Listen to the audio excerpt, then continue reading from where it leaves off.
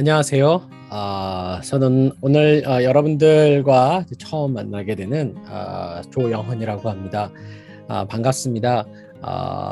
코로나로 인해서 직접 만나지는 못하지만 오늘 또 이렇게 여러분들을 또 화면상으로 또 온라인상으로 녹화를 통해서 만나게 되어서 좀 반갑고요. 아마 우리들이 지금은 이제 또 처음 만나지만 나중에 또 기회가 되면 대면으로 또 조만간 만날 수 있는 시간이 오리라고 기대를 합니다. 저는 현재 고려대학교라고 하는 학교에서 학생들에게 그 역사 과목을 가르치고 있습니다. 역사 선생님인 거죠. 특별히 저는 중국사를 공부를 해왔고 현재 교사, 중고등학교 교사를 키우는 일을 하고 있습니다. 오늘 제가 여러분들이랑 함께 나눌 이야기는 이른바 세대 차이 혹은 세대 차이로 인한 여러 세대 갈등에 대한 이야기가 되겠습니다. 오늘 함께 이야기하고 싶은 내용들을 제가 PPT를 함께 보면서 이야기를 나누도록 하죠. 네, 현재 이제 슬라이드가 이제 이렇게 제목이 이렇게 돼 있죠. 그래도 삶은 계속된다. Life goes on. 여러분 아마 이 제목은 어디서 많이 들으신 제목일 거예요. 바로 여러분 잘 아시는 BTS라고 하는 가수가 불렀던 우리가 모두 다 좋아하는 가수죠. Life goes on에서 왔습니다. 한국말로 번역을 하면 그래도 삶은 계속된다. 이제 이런 뜻이 되겠죠. 그리고 세대를 아우르는 한국인의 역경 극복의 DNA와 기록입니다. 짧은 시간이지만 이번 40분 동안을 통해서 제 삶을 조금 나누고 또 여러분과 함께 우리가 서로 좀 세대가 다르겠죠? 여러분 제가 나이가 몇 살로 보이시나요? 화면이 지금 작게 보이기 때문에 여러분들이 뭐 정확하게 알 수는 없겠지만 뭐 여러분에게 보다는 좀 많은 축이겠죠. 아마 대체적으로 여러분의 부모님 세대 정도 되지 않을까 싶습니다. 올해가 이제 저는 한국 나이로는 이제 50이 됐어요.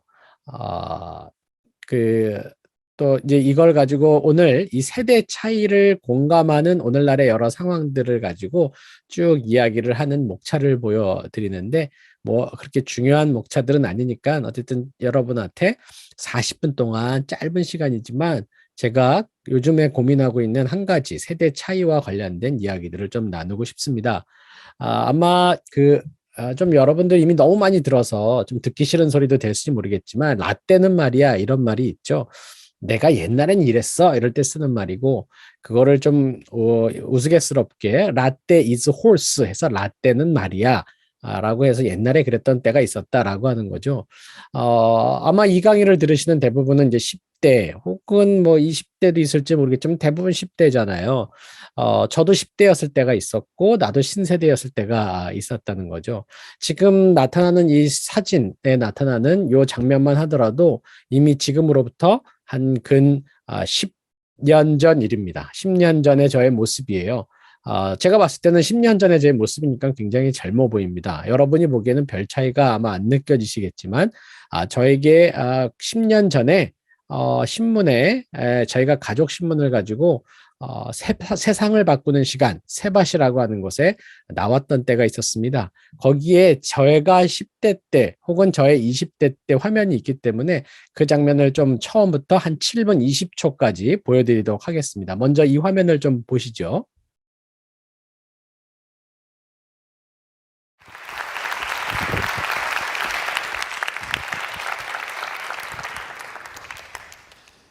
저는 늘 이런 자리에 서면 저를 역사학자라고 소개합니다. 하지만 저는 저의 숨겨진 다른 직업이 하나 있는데요. 그것은 바로 오늘 소개할 가족신문의 발행인 겸 편집인입니다. 저에게 주어진 15분 동안 저는 저의 역사 전공 이야기를 하려고 하지 않습니다. 대신에 저희 가족신문과 관련된 저희 가족의 이야기를 소개해드리고자 합니다. 여러분은 과거를 얼마나 자세하게 기억하시는 편이십니까? 혹시 1987년 1월에 무슨 일이 있었는지 기억하는 그런 황당한 분 계십니까? 우리는 보통은 나쁜 기억은 잘 안 잊어버리고 소소하지만 행복한 기억은 잘 잊는 편입니다. 저도 별로 기억력이 좋은 편은 아닌데요. 아마 여러분보다는 소소한 여러 가지 일들에 대해서 기억하는 게 좀 많을지 모르겠습니다. 저희 집에는 가족신문이 있기 때문입니다. 약간의 맛배기만 보여드릴까요? 저는 1987년 1월 2일에 가족들과 함께 아웃 오브 아프리카라고 하는 영화를 재미있게 봤습니다.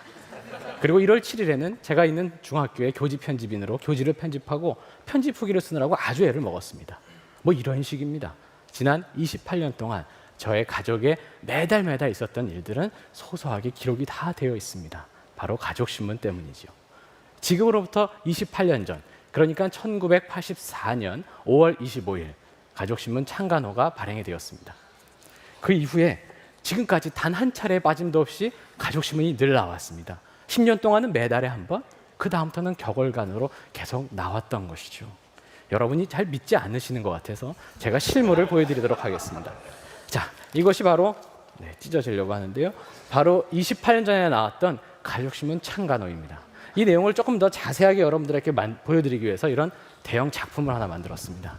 자, 여기 메뉴를 보시면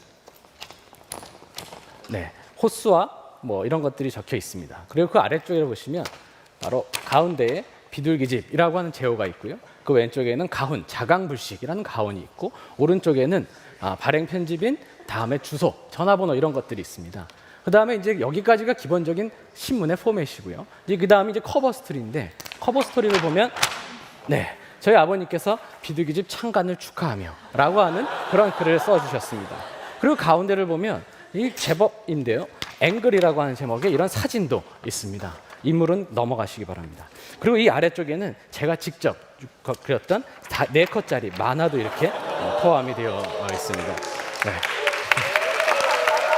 그 다음에 이 오른쪽에 보면 이제 드디어 가족신문의 핵심이라고 할 수 있는 우리 집 소식이 있는데요. 이 소식 중에 핵심은 바로 이 4번째, 제 동생이 학급신문 편집인으로라고 되어 있는 부분에 있습니다. 바로 저희 동생이 4학년 때 학급신문 편집인이 되었을 때 그것을 보고 저희 아버지께서 우리 집에서도 한번 가족신문을 만들어 보는 게 어떠냐, 그렇게 해서 만들어진 게 바로 지금의 이 신문입니다. 그러고 나서 저의 어렴풋한 기억으로는 이것을 한 10부에서 20부 만들어서 저희 친척들에게 나눠드렸거든요. 그랬더니 정말 반응이 왔습니다. 2호를 한번 보여드리겠습니다. 자, 이것이 바로 당시에 나왔던 2호인데요. 이 기본 포맷은 비슷합니다만은 이 커버 스토리에 보니까 사촌 누나께서 훌륭한 가족신문 감탄하시는 글을 보내주셨습니다. 그 다음에 그 아래 보면 일기라고 하는 제목으로 해서 초등학교 6학년인 제가 삶과 죽음이라는 제목의 일기를 썼습니다. 정말 대단하지 않습니까? 그런데 그냥 넘어가겠습니다. 읽어보면 정말 유치찬란하거든요. 그 다음에 당차게도 2호부터 비둘기집 구독을 원하시는 분은 어디로 연락을 해달라, 이런 내용까지 넣습니다. 점차 독자들이 정말 많아지기 시작했습니다. 저희 친척들을 시작으로 해서 저희 아버님, 어머님의 친구분들, 그리고 이웃집, 그리고 저희 친구들, 저희 선생님들이 축적이 되기 시작했던 거죠. 그러다가 어느새 저희 신문이 언론에 보도가 되기 시작했습니다. 이게 23호에 실려 있습니다. 23호에 보니까 KBS TV에 소개되었다고 되어 있는데요. 저희 신문이 당시에 유행하는 최고의 인기 프로그램 오늘이라고 하는 프로그램에 나왔는데, 여러분들이 믿지 않으실 것 같아서 잠시 보여드리도록 하겠습니다. 보시죠. 저 조영원 군의 그 비둘기 집에는 지금 어떤 그 글들을 주로 싣고 있습니까? 먼저 그 각 달에요. 주제되는 내용을 싣고, 그 아래는 그 달에 있었던 저희 친척들 뉴스나 저희 집 가정의 뉴스를 싣고요. 그리고 그 밖에 이제 명언이나 만화, 그리고 주장하는 글 등이 들어가게 돼요. 이것은 창간식복 기념 메시지까지 지금 싣고, 뭐 독자들의 글도 실리고, 또 가족들의 생신 축하. 그래서 몇 부나 발행해서 지금 내고 있습니까? 처음에는 한 30부 정도 발행했는데요. 지금 요즘에는 한 50부로 많이 늘어났어요. 편집해. 이런 식으로 해서 저희 신문이 점점 유명해지기 시작했는데요. 더 극적인 변화는 이제 보여드릴 겁니다. 저희가 가족신문을 10주년을 기념해서 지난 10년치를 모아서 책으로 나왔습니다. 비둘기집 아이들이라는 책인데요. 물론 아마 출판사는 이거 내고 망했다고 제가 듣고 있습니다. 근데 어쨌든 이 신문이 TV에 보도가 되기 시작했는데, 당시 MBC에 나오는 아침 만들기라고 하는 프로에 저희가 나왔습니다. 당시 생방송으로 진행되고 있던 순간에 사회자였던 손석희 아나운서가 맨 마지막 클로징 멘트로 했던 말이 저의 인생을 크게 변화시켰습니다. 무슨 말을 했을까요? 한번 보시겠습니다. 형님은요? 약간은 아무래도 만들 것 같습니다. 그래요. 그래요. 점점 그 가족 신문도 굉장히 발전을 해 나갈 것 같습니다. 지금까지의 추세를 보면 뭐 결코 기성의 신문에 뒤지지 않는. 저는 그 서울 정도 600년 해가지고 타임캡슐도 묻었는데 거기 바로 이런 신문 같은 것이 들어가는 것이 훨씬 뜻깊은 게 아닌가 생각이 드는데 연락 없었어요. 예. 아직 안 묻었으면 연락 좀 해주기 바랍니다. 네. 서울시장님. 예. 정말 방송의 힘이 대단했습니다. 그 다음날 서울시에서 연락이 왔습니다. 그래도 저희 가족신문을 좀 검토해보겠다고 말이죠. 그 결과 저희 10년치 기록이 앞으로 400년 후에 열릴, 즉 서울이 수도가 된 지 1000년을 기념하는 서울 정도 1000년 기념, 즉 2394년에 개봉될 타임캡슐에 묻혀서 같이 들어가게 된 것입니다. 2394년. 상상이 되십니까? 정말 10년 동안 꾸준히 가족신문을 발행한 것도 보통 일이 아니라고 생각했지만 400년 후에 개봉될 것이다 라고 하는 것이 주는 무게감은 저에게 큰 영향을 주기 시작했습니다. 뭔가 오랫동안 보존되는 기록 문화가 가진 그 무게감이랄까요? 맛이랄까요? 이런 걸 직감적으로 느끼기 시작한 것이죠. 그런데 바로 그 무렵부터 저는 역사학자로서의 꿈을 꾸기 시작했습니다.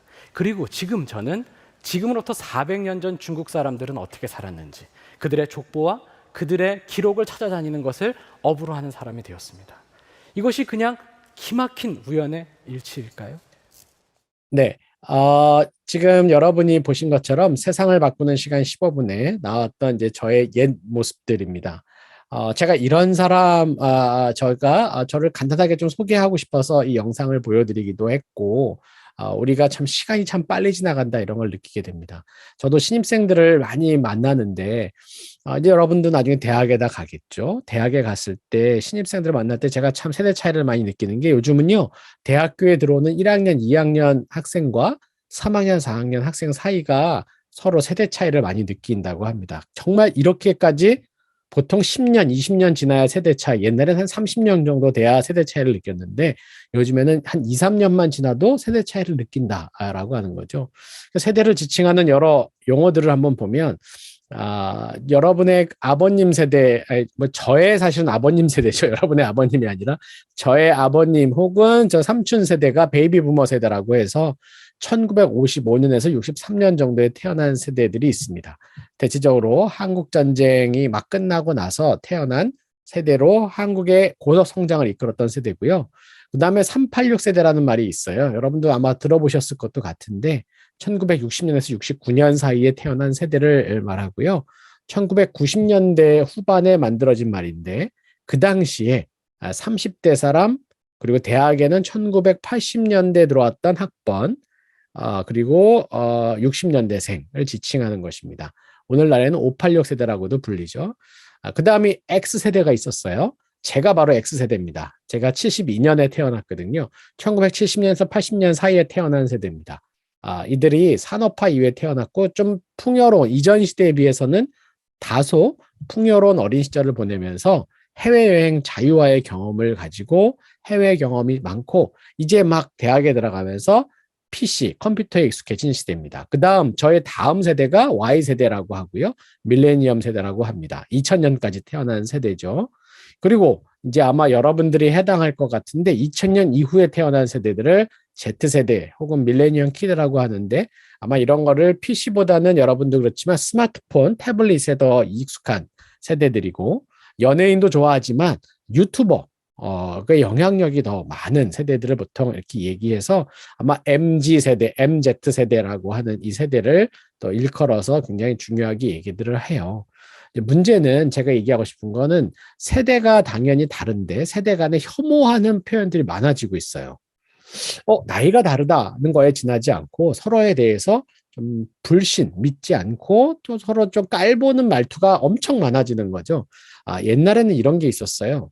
나이 든 분들이, 어르신들이 저희 보고, 요즘 젊은 것들은 말이야, 못 쓰겠어. 뭐 이런 식의 것을 하면서 나이 많은 올드 세대가 젊은 세대들에 대해서 좀 멸시했거든요. 근데 이제 반대로 날이 어린 세대들, 우리 이제 윗세대들 향해서 뭐라고 얘기하느냐? 이 꼰대 같은 사람. 이런 표현을 씁니다. 보통 이제 아버지 교사, 나이 많은 남자를 가리키는 말들이죠. 꼰대라는 표현을 참 듣기 좋아하는 사람은 없을 거예요. 어쨌든 이렇게 서로 간에 혐오합니다. 최근에는 급식충이라는 말도 나왔죠. 학교 급식을 먹는 10대를 좀 비하하는 말이고, 제가 참 별로 안 좋아하는 표현이지만 어쨌든 개와 아저씨를 표현하는 말들도 나왔습니다. 노인 세대에 대한 혐오 표현도 굉장히 많았어요. 뭐 옛날에는 뭐 경로가 중요하다. 어르신을 막 모신다. 이런 말 있죠. 여러분 경로당 들어봤습니까? 어른들을 모시는 그러한 곳인데 할아버지 할머니들 가는 곳인데요. 다 옛날 말이 된 것 같아요. 어, 저도 이제 최근에 들었던 말인데 틀딱충 또 시작했네 하면서 노인을 비하하는 신조어로 틀딱충, 틀니가 딱딱거리는 벌레 같은 사람이라는 말이 있고요. 노인충이라는 말도 있고 연금을 축낸다 그래서 연금충 뭐 이런 말이 나오는데 한번 보세요. 여러분들도 이 얘기를 함부로 가끔 얘기를 할 수도 있습니다. 우리가. 그렇지만 듣는 사람으로 입장하면 아주 기분이 나쁘고 참 아주 마음이 상하는 말입니다. 그런데 이걸 보면 우리 한국 사회의 정치 혹은 사회적 집단 갈등이 이렇게 말로 언어적으로 표현이 된 게 아닌가 싶어요. 사실 성별도 좀 다르고 나이가 다를 수 있는데 그것 하나만으로 서로를 비방하거나 서로 간에 좀 신뢰하지 않은 일들이 생기기 시작하는 거죠.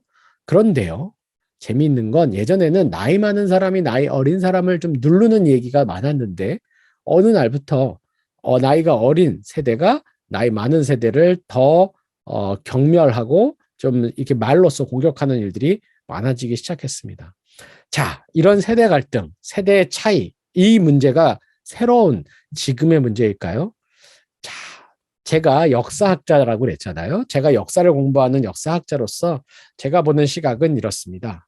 지난 역사를 이렇게 쫙 보잖아요. 한국의 역사도 보고 제가 전공으로 하는 중국의 역사나 서양사를 보면 어느 시대 어느 곳에나 바로 이러한 세대 갈등이 있었다라고 하는 겁니다.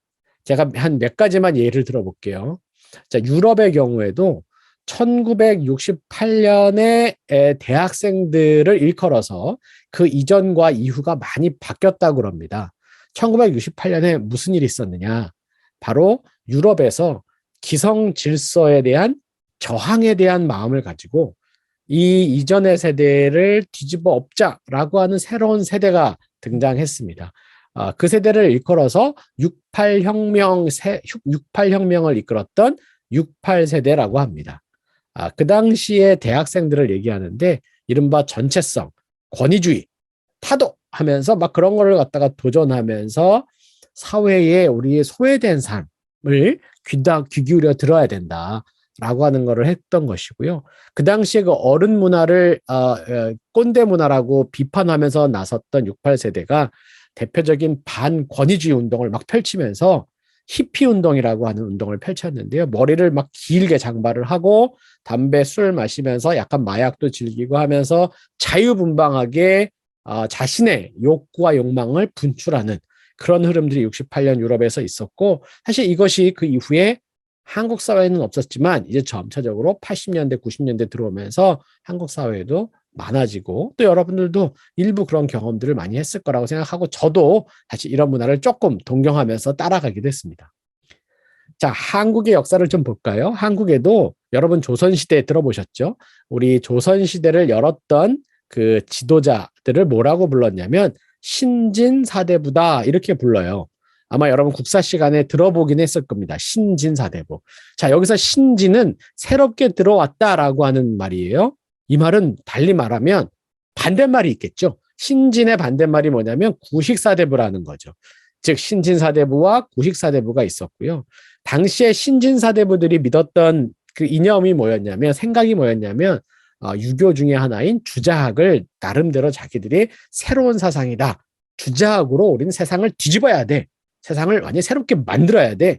라고 하면서 불교 주도의 세계관을 무너뜨리면서 유교의 주자학으로 새로운 세계를 만들려고 했답니다. 이런 사례가 중국에도 있었어요.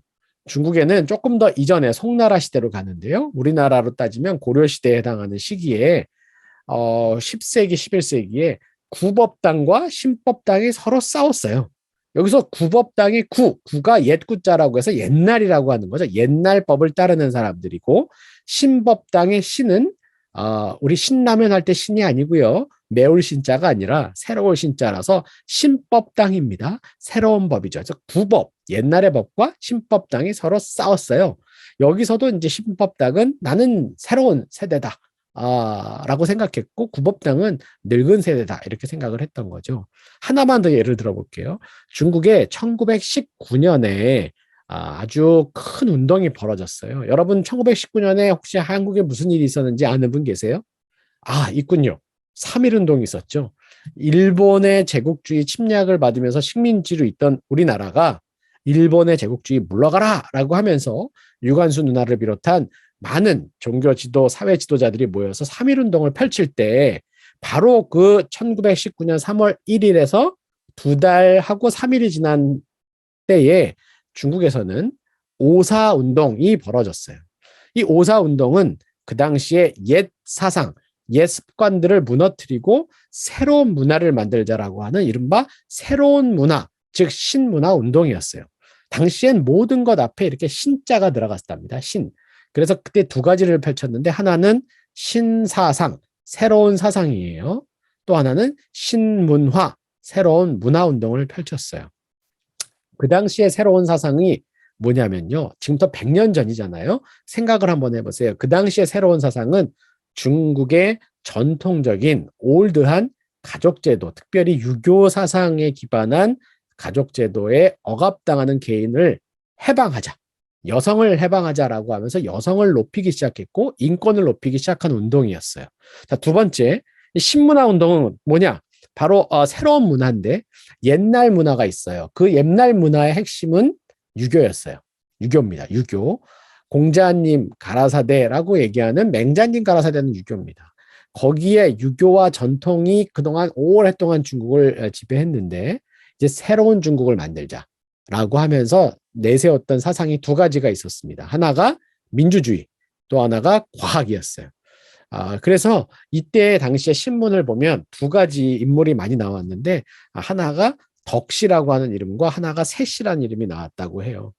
요거는 이제 재밌는 말인데 덕씨의 덕은 중국말로 덕자를 쓰는데요. 그 발음이 디마크러시, 민주주의의 디마크러시의 DE와 비슷해서 덕씨라고 불렀고요. 이게 미스터 디마크러시. 새씨는 과학을 뜻하는 사이언스 있죠. 사이언스의 싸이와 새가 발음이 비슷하다고 새씨라고 불렀답니다.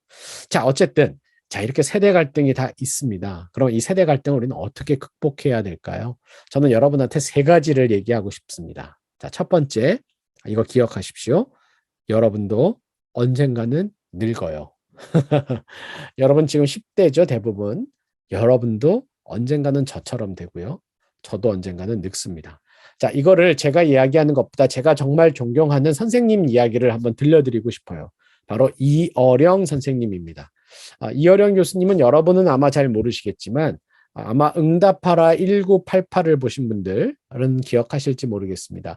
88 올림픽이 우리나라에 있었을 때 그 88 올림픽 개막식에 굴렁쇠라고 하는 거를 막 굴르면서 지나갔던 어린아이가 있는 올림픽 개막식이 벌어졌고요. 그 개막식 아이디어를 내신 분이 이어령 선생님이신데 이어령 선생님이 3분짜리 영상을 만드셨습니다. 이 영상을 한번 여러분 먼저 보시고 이야기를 하겠습니다. 사실 난 지금 투병 중이지만 아무리 고통스럽고 절망스러워도 죽음은 피할 수가 없는 거야. 젊은이들의 가장 큰 실수는 자기는 안 늙는다고 생각하는 것이야. 젊은이는 늙고 늙은이는 죽어요. 문학평론가 이어령입니다.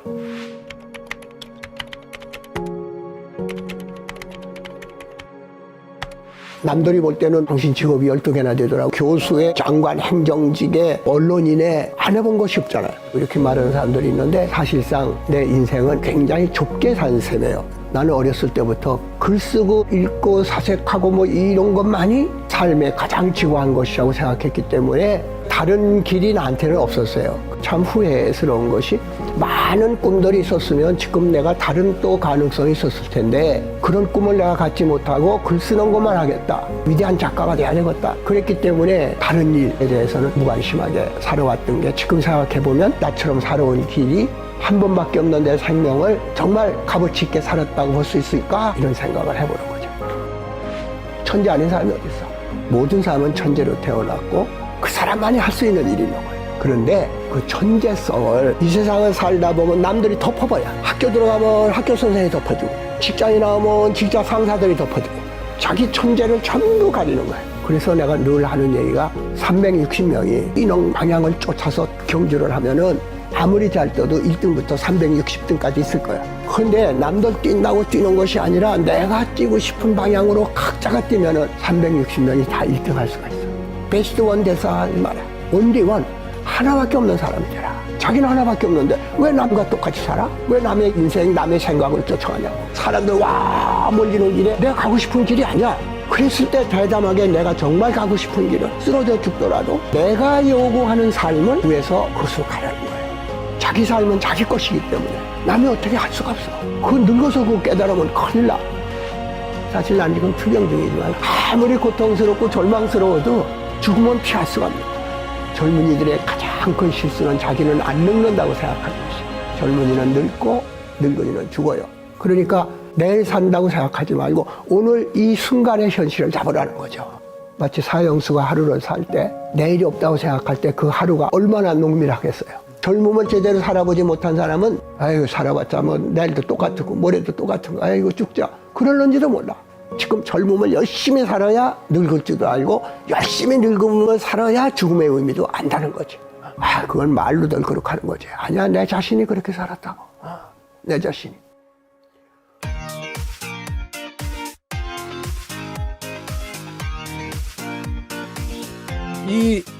이 3분짜리 이 영상을 보면 이현영 선생님이 이런 말씀을 하시죠. 젊은이들의 가장 큰 실수는 나는 안 늙는다고 생각하는 것이죠. 젊은이는 늙고 늙은이는 죽어요. 그러니까 내일 산다고 생각하지 말고 오늘 이 순간의 현실을 잡으라 이렇게 얘기하셨어요. 사실은 이현영 선생님은 지금 나이가 90이고요. 지금 말기 암으로 사실 오래 못 사실 것 같아요. 정말 죽음을 앞두고 있는데 이분도 여러분 같이 10대에 아주 저항하는 젊은이였습니다. 이어령 선생님도 누구 못지않게 기존에 있는 모든 권위주의에 대해서 특별히 막 굉장히 막 거드름 피우는 꼰대 같은 모든 문화에 대해서 아주 그냥 치고받으면서 싸우셨던 분이셨어요. 그분도 나이가 들고 늙는다는 거죠. 그래서 이제 그걸 여러분이 하나 기억하십시오. 언젠간 여러분도 늙는다. 자, 두 번째, 그래도 삶은 계속됩니다. 우리는 늙지만 나이가 들고 여러분은 죽어요. 저도 죽습니다. 죽음을 향해 가는 길이지만 그러나 삶은 계속됩니다. 그래서 우리가 해야 될 것이 무엇인가? 오늘, 바로 today, 오늘이라고 하는 현실을 좀 잡을 필요가 있지 않나라고 하는 거예요. 자, 여기서 제가 앞서 얘기했던 노래 BTS, 여러분 좋아하시는 BTS의 Life Goes On의 그 후렴 부분을 잠깐 들려드릴 수 있으면 들려드리겠습니다. 네.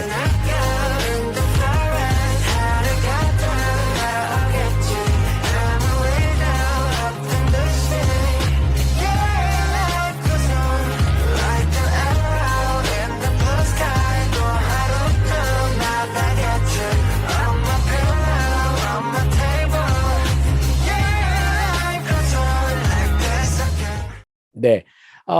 후렴에 이런 얘기가 나오죠. Like an echo in the forest. 하루가 돌아오겠지. 아무 일도 없다는 뜻이.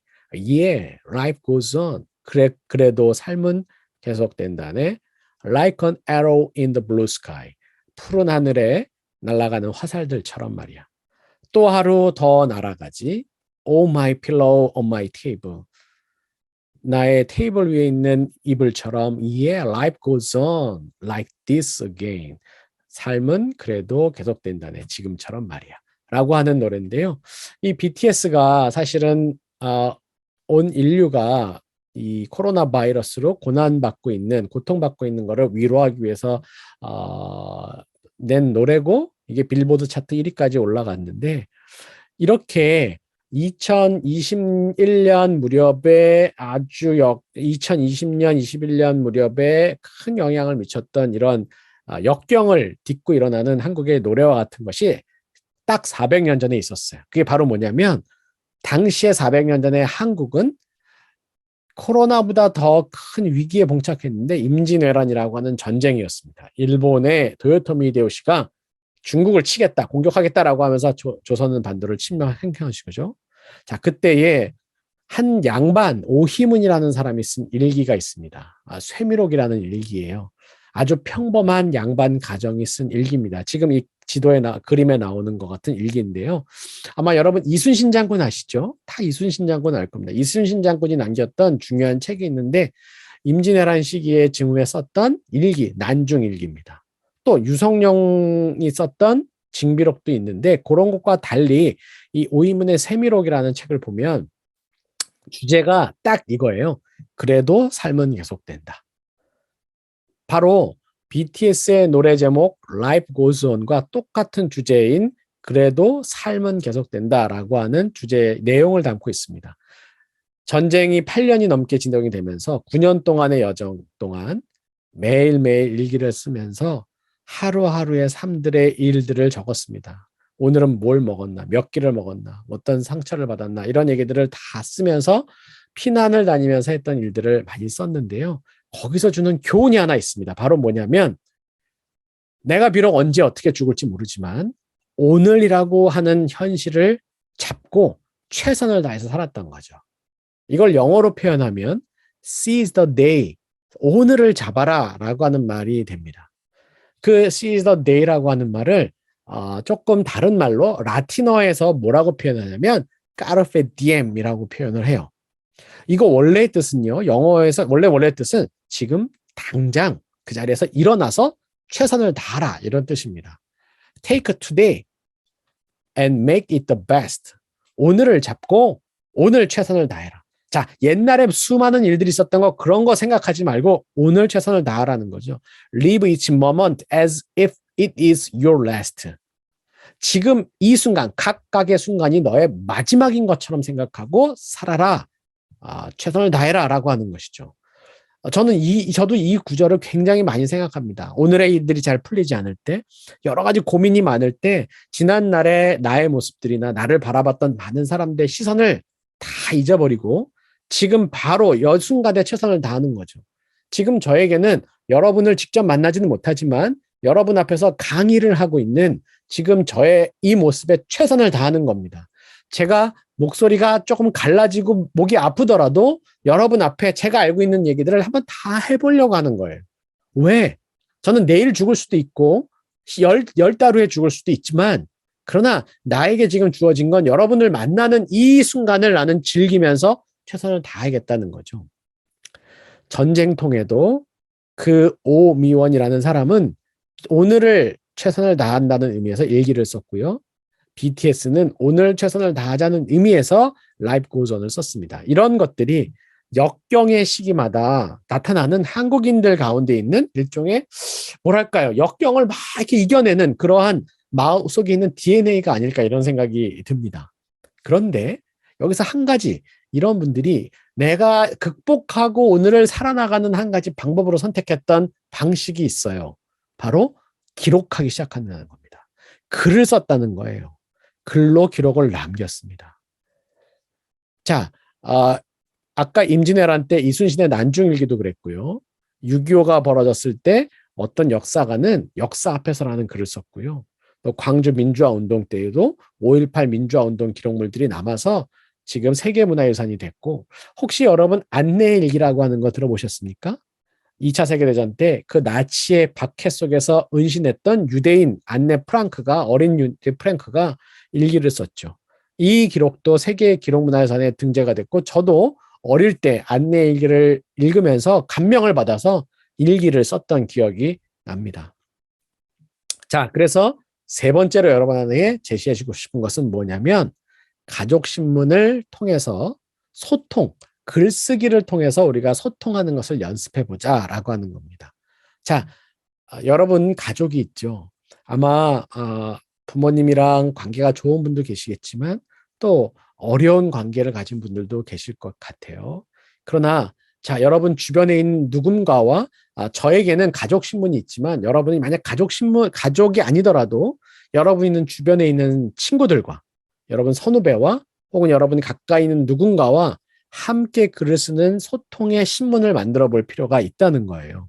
특별히 앞으로 여러분 가족신문이 왜 중요하냐면 세 가지 장점이 있어서 그렇습니다. 첫째는 그냥 그 시대를 살아가는 개인, 저 개인 혹은 여러분에게 만약 이걸 한다면 내가 시간을 보내면서 내가 사는 이유, 존재의 이유를 생각할 수가 있어요.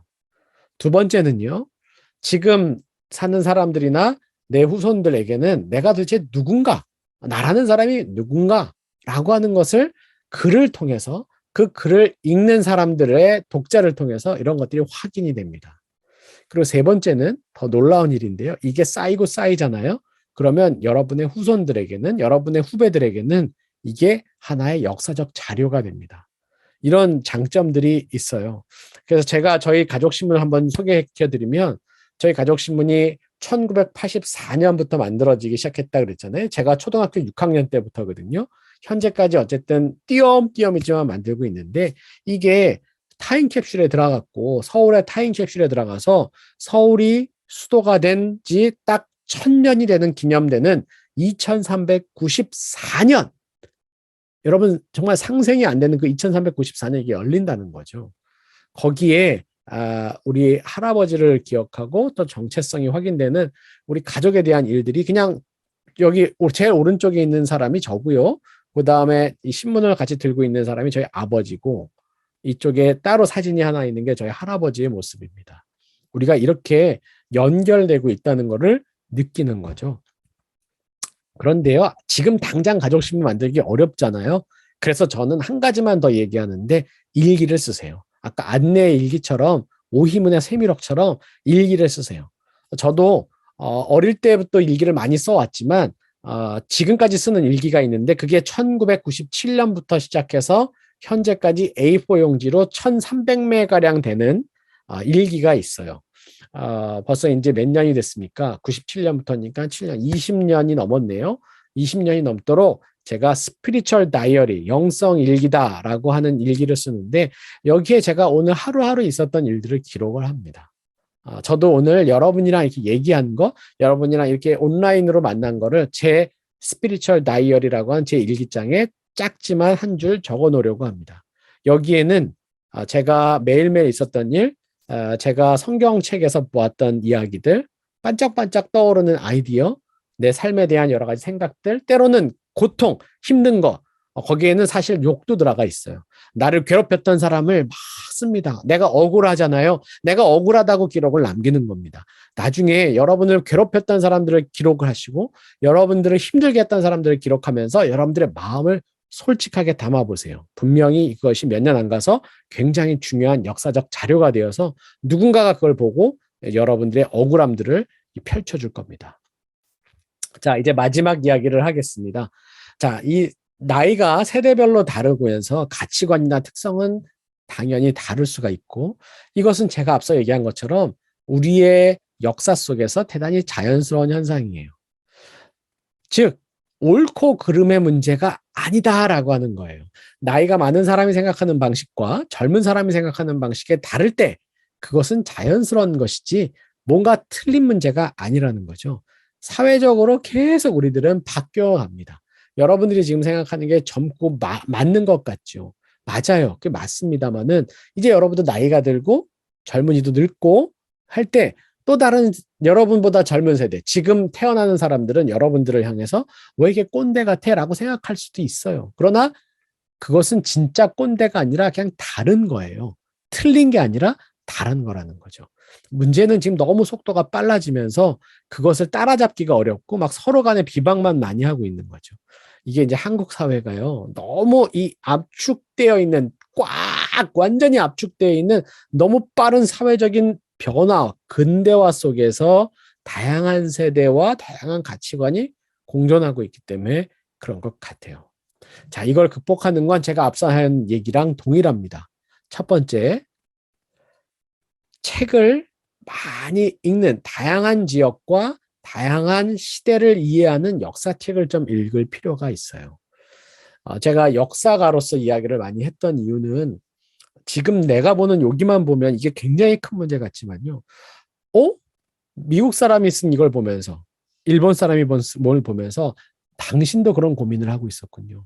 심지어는 400년 전, 4,000년 전에, 400년 전에 누가 썼던 기록을 발견하고 이 문제가 내가 혼자 고민하는 줄 알았더니 400년 전에 살았던 우리 조상도 이 문제를 가지고 고민하고 있었구나 라고 하는 걸 깨달을 때, 뭔가 그 400년이 쫙 연결이 되는 그 희열 같은 게 느껴집니다. 동시에 이 세계의 역사, 세계사는 제국의 무덤이라 그래요. 아무리 세계의 강자도 결국은 다 역사 속에서는 결국 망하게 돼 있습니다. 여러분이 생각할 때 부조리한 현상들 있죠. 여러분을 괴롭혔던 이상한 그 권위가 있죠. 언젠가는 무너지게 되어 있다는 거예요.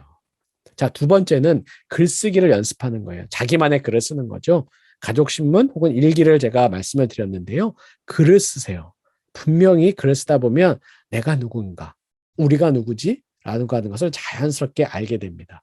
이렇게 두 가지 세계사에 대한 독서와 글을 쓰다 보면 다른 사람을 이해하고 공감하는 능력이 늘어나게 돼요. 결국 누군가는 죽고요. 누군가는 태어납니다. 지금도요. 세상에 영원한 제국도 영원한 승자도 없어요. 마찬가지로 영원한 청년, 영원한 10대도 없어요. 영원한 노인도 없답니다. 이렇게 삶은 어제도 오늘도 내일도 계속 도도하게 흘러가고 있어요. 이게 바로 그래도 삶은 계속된다라고 하는 이야기입니다. 따라서 오늘 여러분들은 나에게 주어진 오늘 이 시간에 최선을 다해 주었으면 좋을 것 같아요. 내가 여러분들을 직접 만나지 못하지만 이 강의 30분, 40분 동안 최선을 다해서 이야기를 했듯이 말이죠. 전 정말 최선을 다했고요. 제 일기장에 여러분을 만난 이야기를 한 줄 남기려고 합니다. 나중에 언젠가 여러분이 다시 저랑 만날 때 이 이야기가 새로운 이야기의 또 다른 스토리의 씨앗이 될 거라고 믿어요. 네, 이야기 끝까지 들어주셔서 너무 고맙습니다. 여러분 다음에 또 만나요. 고맙습니다.